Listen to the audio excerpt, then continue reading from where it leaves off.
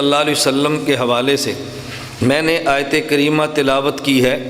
اللہ کے نبی پوری کائنات کے انسانوں کے لیے اسوہ ہے۔ کائنات کے سارے انسانوں میں عرب بھی ہیں، عجب بھی ہیں، کالے بھی ہیں، گورے بھی ہیں، مالدار بھی ہیں، غریب بھی ہیں، اور اس میں حاکم آقا بھی ہے اور غلام بھی ہے، ماتحت بھی ہیں اور افسر بھی ہیں، مرد بھی ہیں، عورتیں بھی ہیں، بچے بھی ہیں، جوان اور بوڑھے بھی ہیں، پڑھے لکھے بھی ہیں، ان پڑھ بھی ہیں، عالم بھی ہے، غیر عالم بھی ہے، اسٹوڈنٹ بھی ہے اور ٹیچر بھی ہے۔ اس میں ہر طبقے کے لوگ موجود ہیں۔ اس کا معنی یہ ہے ہمارے پیغمبر اسوہ اور نمونہ کسی خاص فرد کے لیے نہیں بلکہ پوری کائنات کے تمام انسانوں کے لیے ہے۔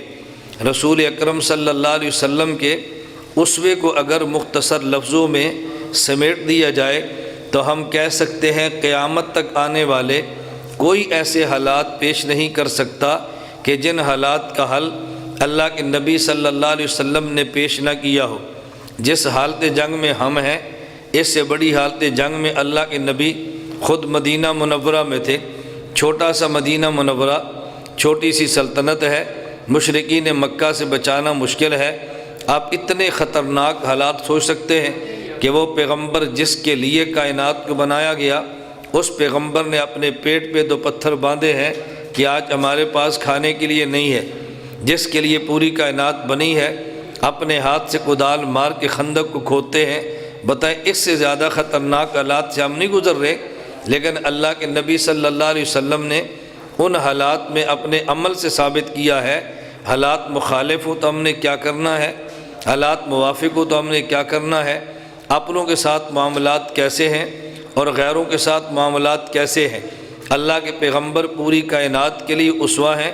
اگر یہ بات مسلمان کے ذہن میں ہو تو پھر دوسرے کو بتا سکتا ہے۔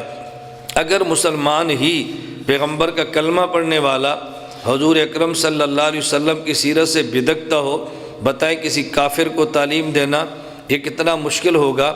جب ہم سنت پہ عمل پیرا ہوں گے، پیغمبر کی زندگی کو اپنی عمل کا حصہ بنائیں گے تو یقیناً ہم عمل سے جو بات کہہ سکتے ہیں اپنی زبان سے ہرگز بات نہیں کر سکتے۔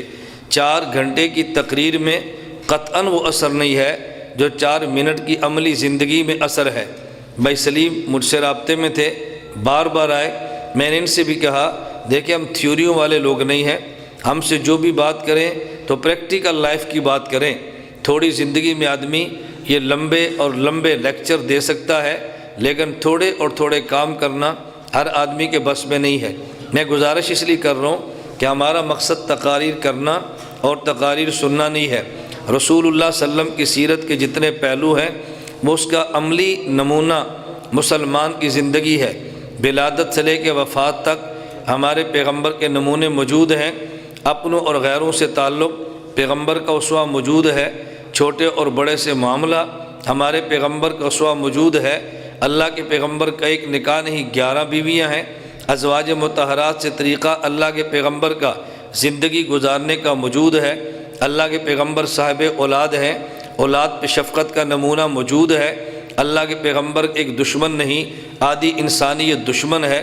دشمنوں کے ساتھ زندگی کیسے گزارنی ہے، نبوت کی زندگی میں اس کا نمونہ اور اسوہ موجود ہے۔ اگر دشمن سخت ہو آپ نے جنگ کیسے کرنی ہے، اس کا اسوہ بھی ہے۔ اگر آپ طاقتور ہیں دشمن کمزور ہے، اس کا نمونہ اور اسوہ پیغمبر کی زندگی میں موجود ہے۔ مسلمان ہرگز یہ نہیں سوچ سکتا، عیسائی کہہ سکتا ہے میرے پاس حضرت عیسیٰ کی سیرت کے پہلو کم ہیں اور حالات بہت زیادہ ہیں۔ اور عجیب بات یہ ہے کہ دنیا کو کنٹرول کرنے والا وہ ہے